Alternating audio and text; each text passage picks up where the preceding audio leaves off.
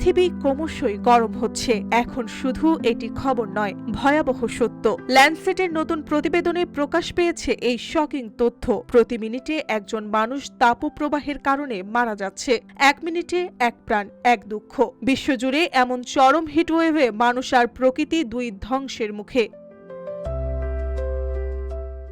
গবেষকরা বলছেন, আমরা জীবাশ্ম জ্বালানির ওপর নির্ভরতার কারণে নিজেরাই মৃত্যু ডেকে আনছি। বাতাসের বিষাক্ততা, দাবানল, ডেঙ্গু বিস্তার সব মিলিয়ে বিশ্বজুড়ে প্রতিনিয়ত জীবন ঝুঁকির মধ্যে। 2012 থেকে 2021 সালের মধ্যে গড়ে বছরে 5,46,000 মানুষ মারা গেছে। ভাবুন, 1990 এর দশকের তুলনায় এই মৃত্যু 23% বেড়েছে।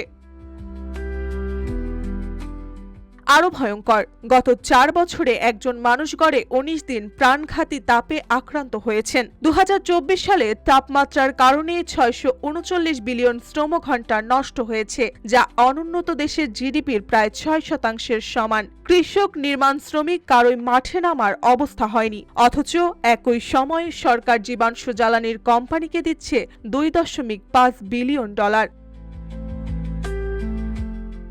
ডক্টর মারিনা রোমানেলো বলেন, এটি এক নির্মম বাস্তবতা। যতদিন আমরা জীবাশ্ম জ্বালানির ওপর নির্ভরতা কমাবো না, ততদিন বিপদ থামবে না।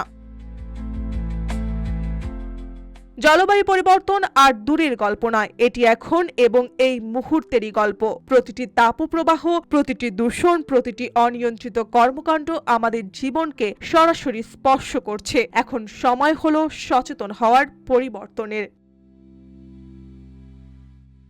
মার্জিয়া মৌ, রূপালী বাংলাদেশ।